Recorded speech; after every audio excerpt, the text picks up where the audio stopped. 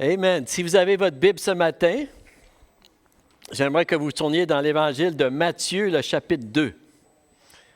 Matthieu, le chapitre 2. Et le titre du message que je veux vous partager ce matin, c'est « Protéger pour le voyage ».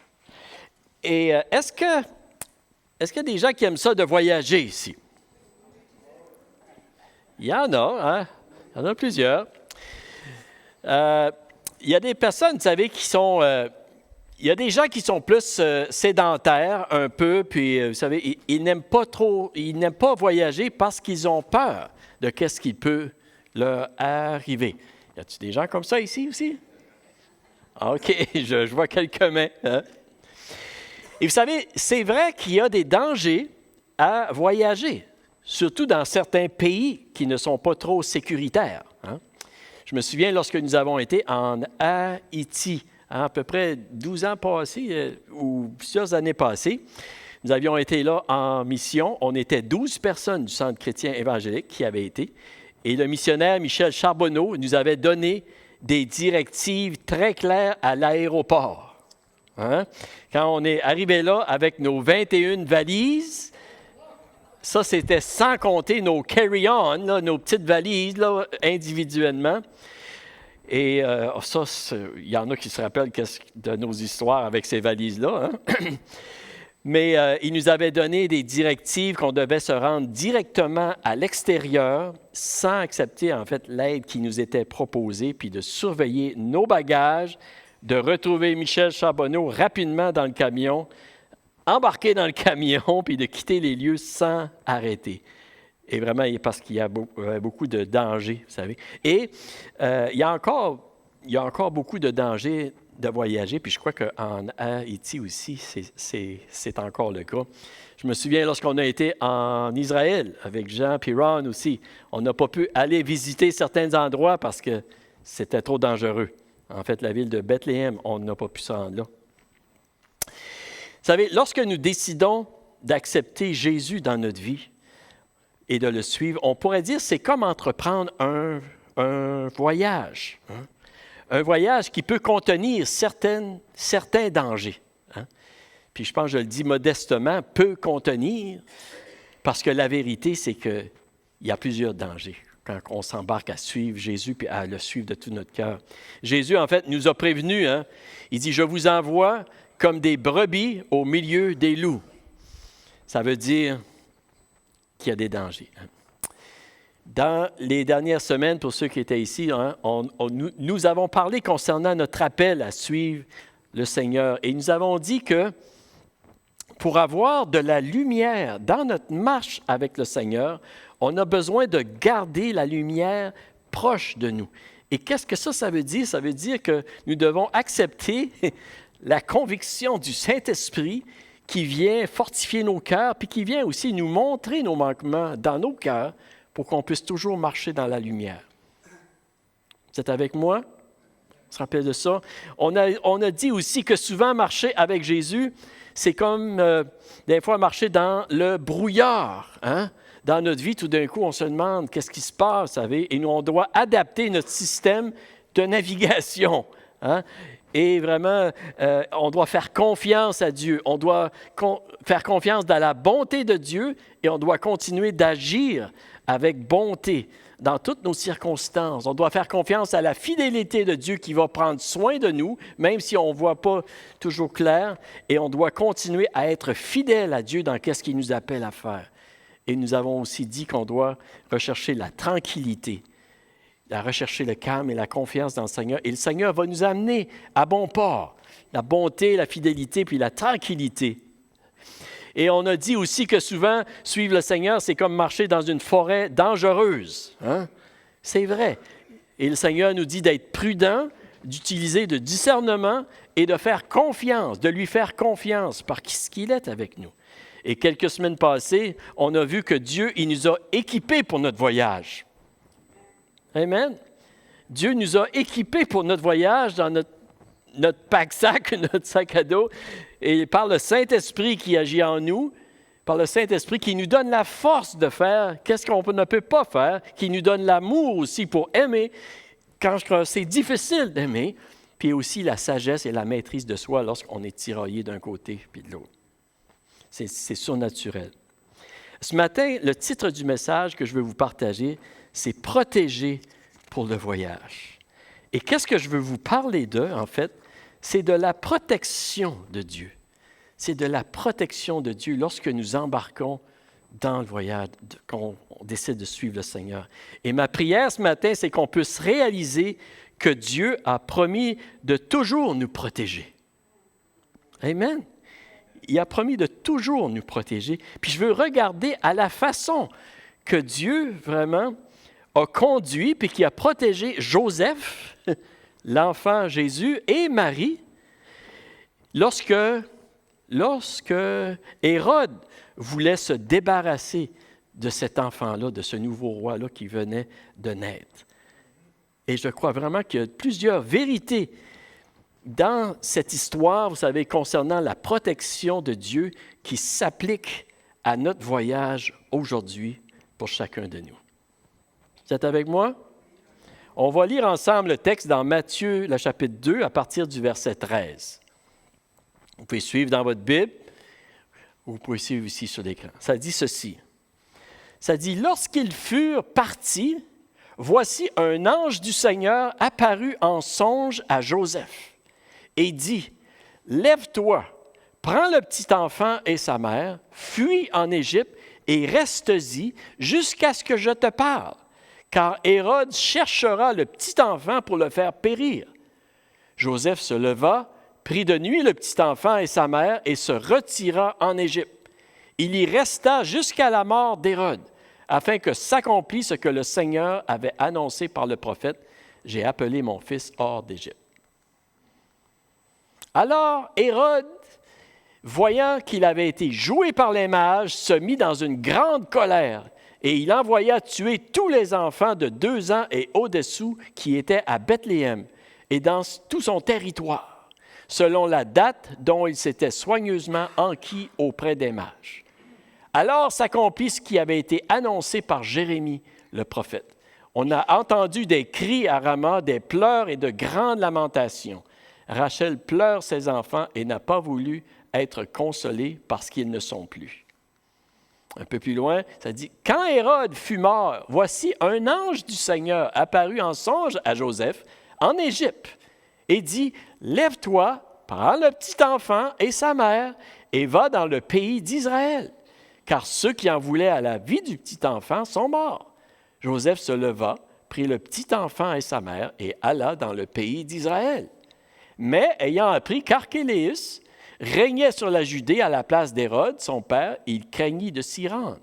Et divinement averti en songe, il se retira dans le territoire de la Galilée et vint demeurer dans une ville appelée Nazareth, afin que s'accomplisse ce qui avait été annoncé par les prophètes.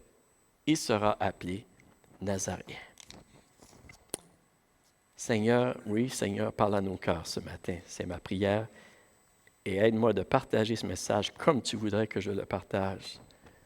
Seigneur, c'est ma prière pour l'avancement de ton royaume et pour la paix dans chacun de nos cœurs. Que tu nous protèges, Seigneur. Je prie dans le nom de Jésus. Amen. Amen. La première chose que je veux voir avec vous ce matin, c'est les interventions de Dieu pour nous protéger. Premièrement, dans cette histoire ici, on va se situer dans le contexte. Ça nous dit, dans le verset 13, ça nous dit ceci. Lorsqu'ils furent partis. C'est-à-dire, après que les mages, ils sont venus adorer Jésus et lui ont remis des cadeaux. Et comme vous savez, auparavant, les mages avaient été voir le roi Hérode pour s'informer de l'endroit exact où le roi devait naître. Et après s'être informé, Hérode leur a dit finalement, avec les scribes, que c'était à Bethléem que le Christ devait naître. Et Hérode leur a dit, une fois que vous allez avoir trouvé le petit enfant, venez me le dire pour que moi, j'aille aussi l'adorer. » Pas certain qu'ils voulaient l'adorer. Et les mages, en fait, devaient retourner le dire à Hérode. Mais nous voyons dans le verset 12, le verset précédent ici, nous voyons que Dieu, il est intervenu à travers un rêve, un songe, et il a averti les mages de ne pas retourner vers Hérode. Et les mages ont quitté par un autre chemin. Ils se sont en allés. Et ici, nous voyons, vous savez, on voit la main de Dieu intervenir pour protéger son enfant, pour protéger Jésus, pour protéger Joseph et Marie, et contrecarrer les mauvais plans du grand roi Hérode. Vous êtes avec moi? Dieu a protégé Joseph en avertissant les mages en songe. Et à ce moment ici, vous savez, à ce moment ici, Joseph n'était pas au courant des plans d'Hérode de venir tuer le petit enfant. Il n'était pas au courant de ces plans-là. En fait, probablement que Joseph puis Marie, ils ne planifiaient pas de quitter Bethléem. Ils pensaient que c'était la place où ils devaient être, vous savez. Mais sans le savoir, ils étaient une proie facile pour Hérode. Amen. Et probablement, oui, que Joseph, il pensait de rester à Bethléem, c'était la ville de ses ancêtres, vous savez, qui était éloignée de Nazareth aussi. Puis c'était très raisonnable pour lui d'avoir ces pensées-là. Ça faisait vraiment du bon sens, vous savez. Mais Dieu voyait qu'est-ce qui se passait. Et Dieu est intervenu pour protéger Joseph et sa famille. Et le point que je veux qu'on puisse comprendre ici, qu'on puisse voir, vous savez, c'est que Dieu nous protège. Souvent, il intervient sans que nous le savons pour nous protéger, pour nous. Dieu le fait dans nos vies, vous savez, de plusieurs façons. Et ensuite, nous voyons qu'il y a eu un ange du Seigneur qui est apparu dans un rêve à Joseph, et en fait, c'était la deuxième fois qu'il y avait un ange qui apparaissait à Joseph, et il lui a donné des directives. Hein? Il lui a donné des directives, quoi faire. Et Joseph, vous savez, Joseph, c'était un homme, ça nous dit, c'est un homme qui était juste, c'était un homme qui était disposé à faire le bien. C'était un homme qui était disposé à prendre soin de sa famille aussi. Et parce qu'il avait un cœur bien disposé, le Seigneur pouvait lui parler puis pouvait lui conduire. Et lorsque notre cœur est bien disposé devant le Seigneur peut nous conduire aussi, peut bien nous diriger. Et ici, en fait, l'ange, il revient, nous voyons un petit peu après, il revient pour donner d'autres directives à Joseph. Et regardez qu'est-ce que l'ange dit à Joseph. Il lui dit, « Lève-toi, Joseph, prends le petit enfant et sa mère, fuis en Égypte et reste-y jusqu'à ce que je te parle. » Ici encore, nous voyons l'intervention de Dieu pour contrecarrer les mauvais plans du grand roi Hérode et pour protéger Joseph et sa famille. Vous savez, Hérode était très puissant et intelligent. Ça nous dit que c'était un homme qui était très sage, il avait de grandes capacités. Mais Dieu était plus grand que lui, et Dieu est plus grand que lui. Et Dieu est capable de nous protéger même contre les grands de ce monde. C'est ça que je veux qu'on puisse saisir. C'est exactement la même phrase que tu as dit tout à l'heure, Jean. Hein? Dieu est capable d'intervenir. Et la Bible nous dit ceci, vous savez, dans le psaume 34, ça dit « L'ange de l'Éternel campe autour de ceux qui le craignent et il les arrache au danger. » Et ça, c'est une promesse que Dieu voudrait qu'on puisse serrer dans notre cœur. Dieu, il est notre protection. Et Dieu a protégé Joseph et sa famille, même alors qu'il était très vulnérable et qu'il était faible, vous savez. Et Dieu fait la même chose pour nous aussi. Vous savez, Dieu, il n'a pas changé. Il est le protecteur de ses enfants. Et la puissance d'Hérode ne faisait pas peur à Dieu. Et si Dieu est pour nous, qui sera contre nous? Si Dieu est pour nous, vous savez, qui peut nous résister? Qui peut nous résister? Et en fait, vous savez, c'est vrai que Jésus nous dit qu'il nous envoie comme des brebis au milieu des loups. Hein? Mais ça ne veut pas dire que le Seigneur nous envoie pour se faire manger par les loups. Amen. Non. Et je crois, vous savez, il y a certaines personnes qui sont, je crois, un peu comme, des fois, il y a certaines personnes qui sont un petit peu, on pourrait dire, comme Thomas, une fois, lorsqu'il pense aux derniers jours. La Bible nous dit, oui, qu'il y a dans les derniers jours, il va y avoir des temps difficiles. Hein? Et un peu comme Thomas, un jour, lorsque Jésus a dit qu'il retournait à Jérusalem, hein, qu'est-ce que Thomas a dit? Il a dit, « OK, allons nous aussi à Jérusalem afin de mourir avec lui. » Dans Jean le chapitre 11 et le verset 16, c'est ça que Thomas dit. T'sais? On pourrait dire que Thomas était courageux, mais était un peu pessimiste. Hein? Mais très pessimiste. Et c'est vrai, vous savez, qu'il va y avoir des temps difficiles dans les derniers temps. Et je crois que de plus en plus, nous nous dirigeons dans cette direction-là. Absolument. Et je crois qu'on va vivre des choses qui vont être semblables, vous savez, à ce que l'on voit au début de l'Église dans le Nouveau Testament.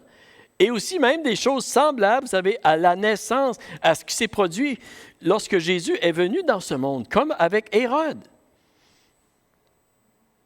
Je crois qu'il y aura des gens autour de nous qui vont essayer de se débarrasser de Jésus. On le voit autour de nous aujourd'hui, de se débarrasser du roi Jésus. Puis probablement des gens qui vont vouloir se débarrasser de nous qui aiment Jésus. Un peu comme ça s'est passé. Et c'est le combat spirituel de l'ennemi. C'est le combat du diable contre le royaume de Dieu. C'est la même chose, vous savez. Mais il faut se rappeler que si Dieu est pour nous, qui peut vaincre Dieu? Et Dieu, vous savez, il nous a promis sa protection. Et Dieu interviendra au bon moment pour nous protéger, les enfants de Dieu. Il y a, vous savez, le psaume 91, hein? J'aimerais ça qu'on puisse le lire encore. Hein? Psaume 91 qui dit « Celui qui habite sous l'abri du Très-Haut repose à l'ombre du Tout-Puissant. Je dis à l'Éternel, tu es mon refuge et ma forteresse, mon Dieu en qui je me confie. Oui, c'est lui qui te délivre du piège de l'oiseleur et de la peste dévastatrice. Il te couvrira de ses ailes et tu trouveras un refuge sous son plumage. Sa fidélité est un bouclier et une cuirasse. Tu ne redouteras ni les terreurs de la nuit, ni la flèche qui vole durant le jour, ni la peste qui rôde dans les ténèbres, ni le fléau qui frappe en plein midi. Si 1000 tombent à côté de toi et 10 000 à ta droite, tu ne seras pas atteint. Ouvre seulement les yeux et tu verras la rétribution des méchants. » Alléluia. Oui, tu es mon refuge éternel, tu fais du Très-Haut ta retraite. Alléluia. Et vous savez, le Seigneur nous a promis sa protection. Je crois, vous savez, que l'opposition au royaume de Dieu, et peut-être ce n'est pas des bonnes nouvelles que je vous annonce, là, mais j'ai des bonnes nouvelles pour vous ce matin. Okay? Je crois que l'opposition au royaume de Dieu et au nom de Jésus, dans les temps que nous vivons, va devenir de plus en plus grandissante. L'opposition va s'accroître, vous savez. Mais en même temps, je crois sincèrement qu'il va y avoir une augmentation aussi de l'action de Dieu pour protéger, pour intervenir pour son peuple, pour contrecarrer les projets maléfiques du malin puis les projets maléfiques des puissants de ce monde. Êtes-vous avec moi? On n'a pas besoin d'avoir peur. La protection de Dieu est garantie pour ses enfants.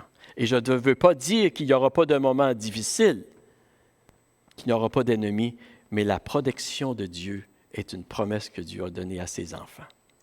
Jésus a promis d'être avec ses disciples lorsqu'il les a donné la grande commission, vous savez, et il a dit que toute autorité lui avait été donnée dans le ciel et sur la terre. Et son autorité, son amour, sa présence, c'est notre protection. Et tout comme il a protégé Joseph, Marie et Jésus, il nous protégera aussi. Êtes-vous avec moi ce matin? Nous ne sommes pas à la merci des puissances du mal, aussi puissantes soient-elles, et même des grands de ce monde. Dieu nous protégera et Dieu interviendra au bon moment pour chacun de ses enfants. Et maintenant, j'ai une question pour vous. Maintenant, je vais vous parler un peu de les directives de Dieu pour nous protéger. Les directives. De quelle façon est-ce que Dieu choisit de nous protéger? OK. Il y a plusieurs manières. Il y a plusieurs manières, vous savez, que Dieu intervient et qu'il nous protège. Et je crois que plusieurs fois, nous n'en sommes même pas conscients. Puis Dieu intervient pour nous. Par exemple, on vient de voir avec Joseph, Marie puis Jésus, ils n'étaient pas conscients, mais Dieu il a intervenu, il a dit hommage de ne pas retourner. Vous savez? Et vous savez, si nous sommes ici aujourd'hui, là, chacun de nous, là, je suis persuadé d'une chose, c'est parce que Dieu, dans sa grâce, nous a protégés. Des centaines, si ce n'est pas des milliers de fois. Je me souviens, non, je ne me souviens pas, là, mais à ma naissance, je sais que ma mère me disait ceci, à ma naissance, j'étais beaucoup malade. En fait, ma mère aussi a été beaucoup malade à ma naissance. Et finalement, le Seigneur m'a gardé, tu sais, à travers tous les problèmes que j'avais eus. À 4 ans, je me souviens que... Non, je ne me souviens pas. Bien, je me souviens vraiment un petit peu. C'est que ma sœur, j'étais en train de me noyer. Puis il n'y a personne qui savait que j'étais en train de me noyer. Puis finalement, ma sœur m'a vu, elle m'a sorti de l'eau, tu sais. Puis c'est ça. Puis à 5 ans, je me suis empoisonné. Ben, je suis sûr que vous autres aussi, vous avez vos histoires, là, tu sais. Et à 18 ans, en voiture, je me souviendrai toujours comment est-ce que le Seigneur a été intervenu pour pas que je fasse un face-à-face pour qu'on se perde la vie. Puis je me souviens aussi, une fois, je vous ai déjà partagé quelques-uns d'entre vous, mais je me souviens une fois que je suis sorti de chez moi. Et puis, c'est comme, j'étais avec Valérie, nos 4 enfants, et puis quand j'ai embarqué sur la route, c'est comme il y a quelqu'un qui a pris le volant puis qui l'a tassé comme ça, juste à côté. Non, ça s'est passé ici, à Beresford. Ça, c'est vraiment là, c'est pas moi, là. Puis là, puis j'ai juste passé à côté, puis il y avait 2 autos qui s'en venaient face à face. Puis on aurait eu une collision face à face, tu sais. Puis j'ai dit, wow! Tu sais, là, j'ai arrêté, j'ai dit, wow! Mais je crois vraiment que moi, je crois que c'est un ange qui a simplement pris le volant, puis il m'a fait passer à côté, tu sais. Et Dieu vraiment intervient. Et vous savez, si on est ici aujourd'hui, c'est à cause de la grâce de Dieu, vous savez. J'ai pas compris, mais comment tu dis? Oh, aïe, aïe. Tu te souviens de ça là aussi? Oui, OK. Mais vous savez, souvent Dieu a choisi de nous protéger sans que nous n'avions rien à faire. Amen. Mais il y a des moments que Dieu choisit de nous protéger en nous donnant des directives, en nous disant quoi faire, en nous montrant des actions à entreprendre. Vous avec moi? Dans le verset 13, ici, ça dit « Lorsqu'ils furent partis, voici un ange du Seigneur apparut en songe à Joseph et il a dit « Lève-toi, Prends ton petit enfant et sa mère, fuis en Égypte et reste-y jusqu'à ce que je te parle. Car Hérode cherchera le petit enfant pour le faire périr. Vous savez, Dieu aurait pu protéger Joseph sans qu'il le sache et simplement éradiquer Hérode. Hein?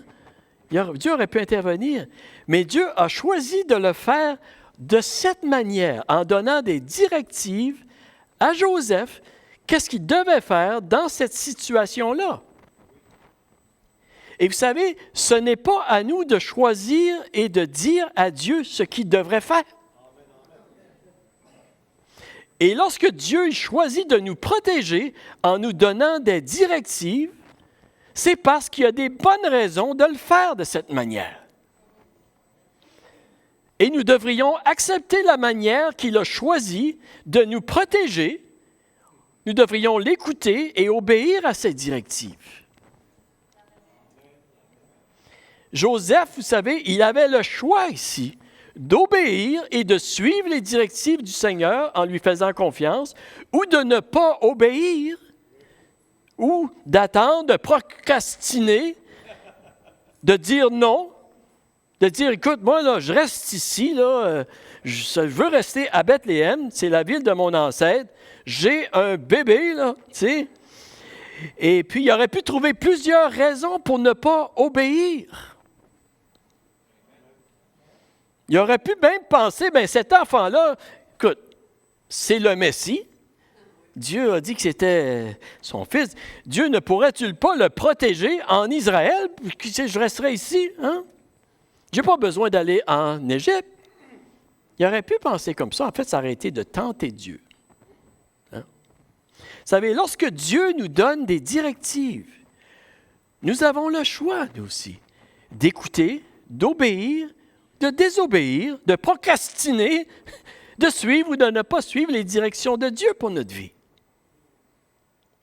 On a le choix, vous savez, de vivre notre vie en obéissance à la parole de Dieu, de la vivre à notre manière, ou nous avons aussi un choix de choisir de suivre le Seigneur.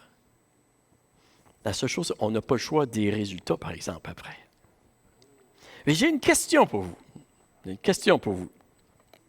Je pense que c'est une bonne question. C'est ceci. Demeurons-nous sous la protection de Dieu si nous choisissons de vivre à notre manière et de ne pas suivre les directives de Dieu? Demeurons-nous sous la protection de Dieu si nous choisissons de vivre à notre manière et de ne pas suivre les directives de Dieu? Okay. Je pense qu'on est tous d'accord, premièrement, pour dire que ce n'est certainement pas le meilleur choix de ne pas obéir à Dieu. On est-tu tous? Le bon choix, c'est serait d'obéir à Dieu. Vous savez, il y a des personnes,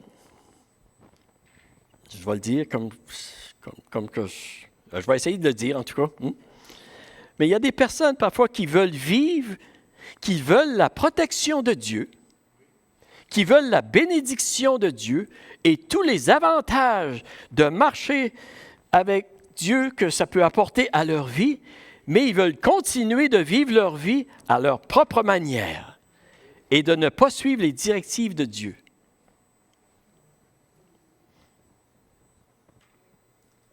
Et il y a des gens comme ça dans notre monde qui nous entourent autour de nous, puis je crois qu'il y en a aussi même dans l'Église du Seigneur.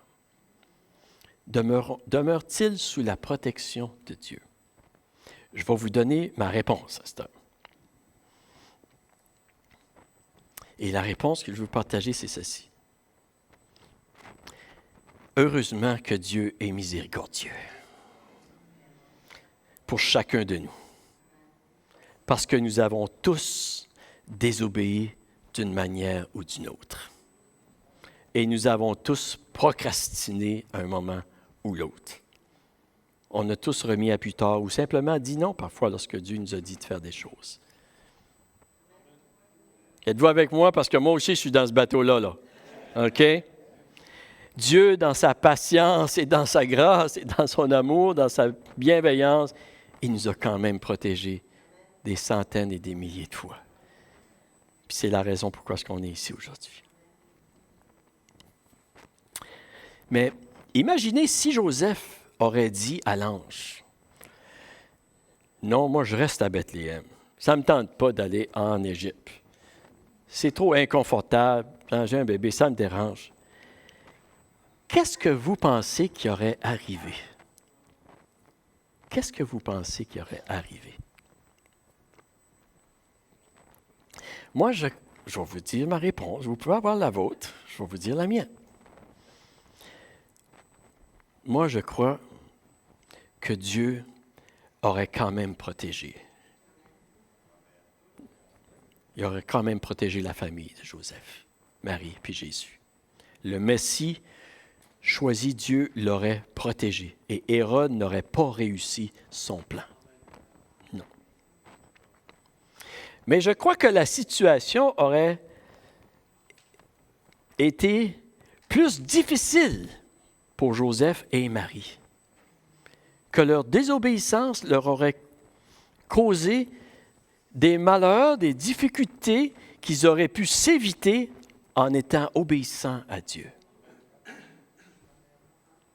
Et le point que je veux qu'on peut saisir ici, c'est que tout comme c'était beaucoup mieux pour Joseph d'obéir puis de suivre les directives du Seigneur que de faire quoi que ce soit d'autre, c'est aussi beaucoup mieux pour nous d'obéir et de suivre les directives de Dieu que de faire quoi que ce soit d'autre lorsque Dieu nous parle.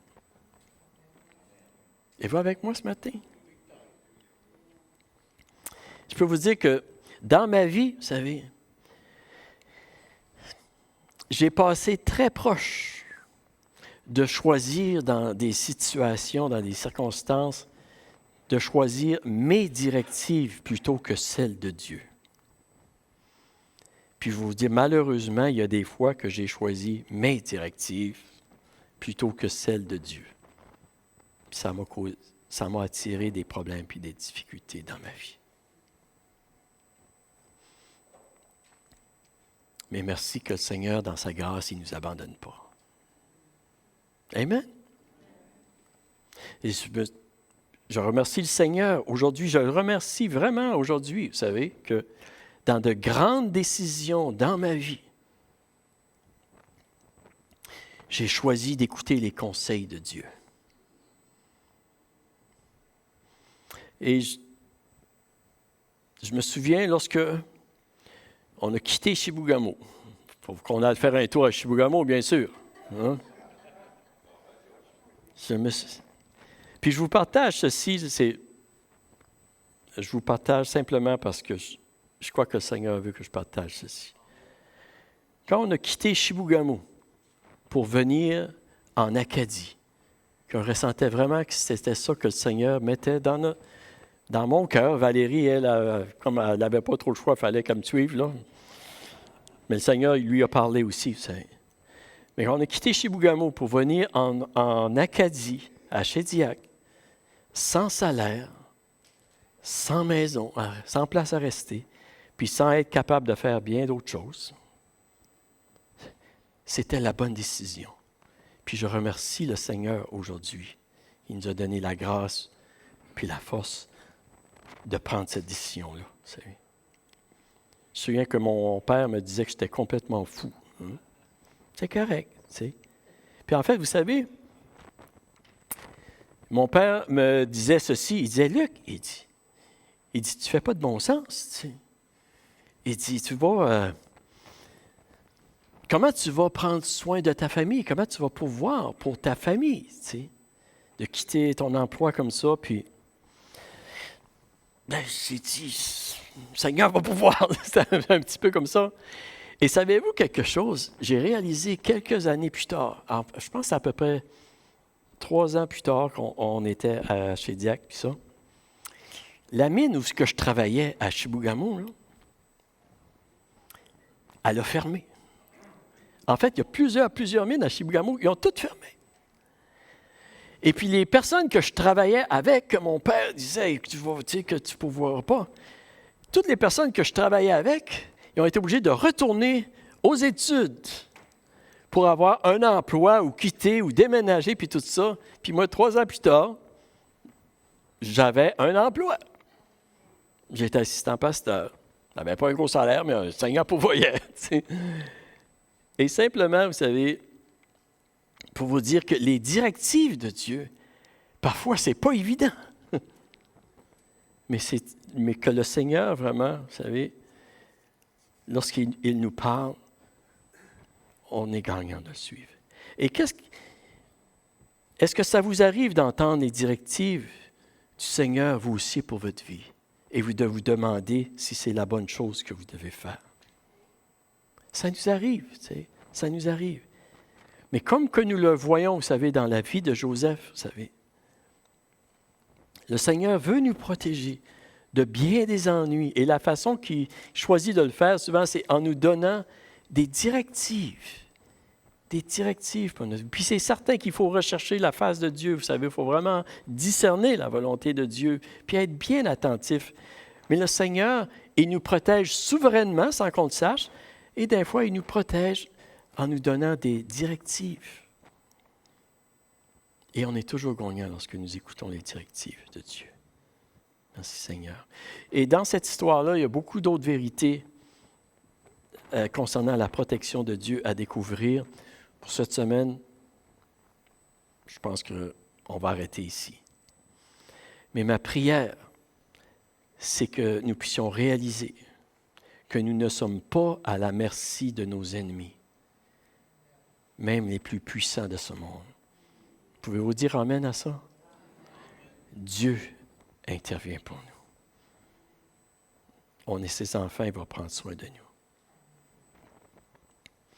Et même si on n'est pas toujours obéissant au moment que Dieu nous parle, ça ne veut pas dire que nous ne sommes pas sous la protection de Dieu à cause de sa miséricorde. Pouvez-vous dire amen à ça? Amen.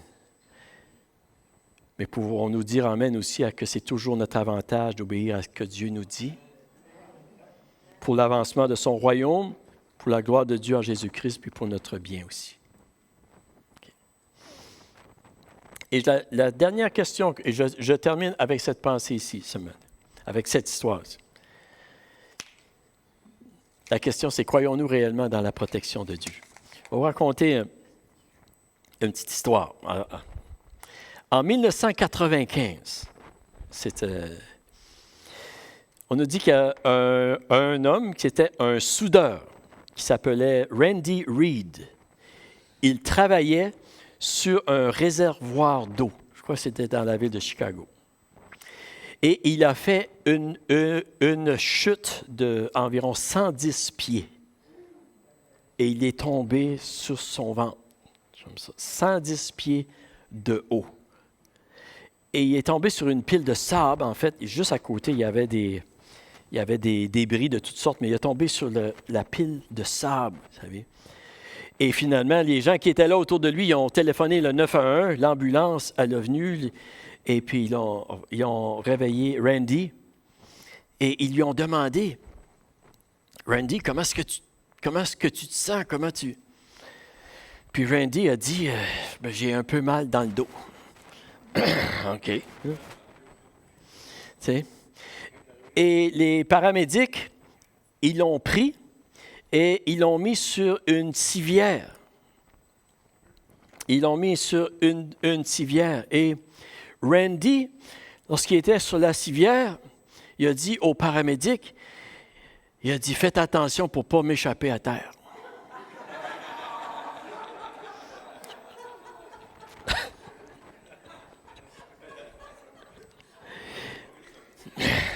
Il venait de faire une chute de 110 pieds, puis maintenant à 3 pieds, il dit, faites attention pour ne pas m'échapper.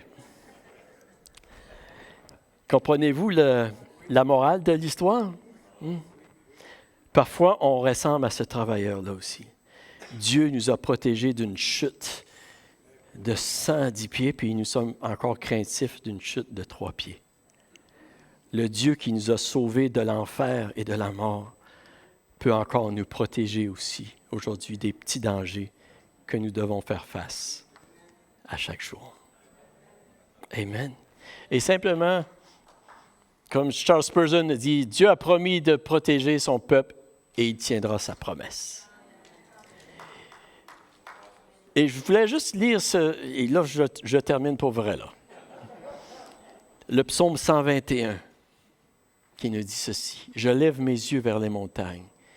D'où me viendra le secours? Le secours me vient de l'Éternel qui a fait les cieux et la terre. Il ne permettra point que ton pied chancelle. Celui qui te garde ne sommeillera point. Voici, il ne sommeille ni ne dort celui qui garde Israël. L'Éternel est celui qui te garde. L'Éternel est ton ombre à ta main droite. Pendant le jour, le soleil ne te frappera point, ni la lune pendant la nuit. L'Éternel te gardera de tout mal. Il gardera ton âme. L'Éternel gardera ton départ et ton arrivée, dès maintenant et à jamais. Alléluia.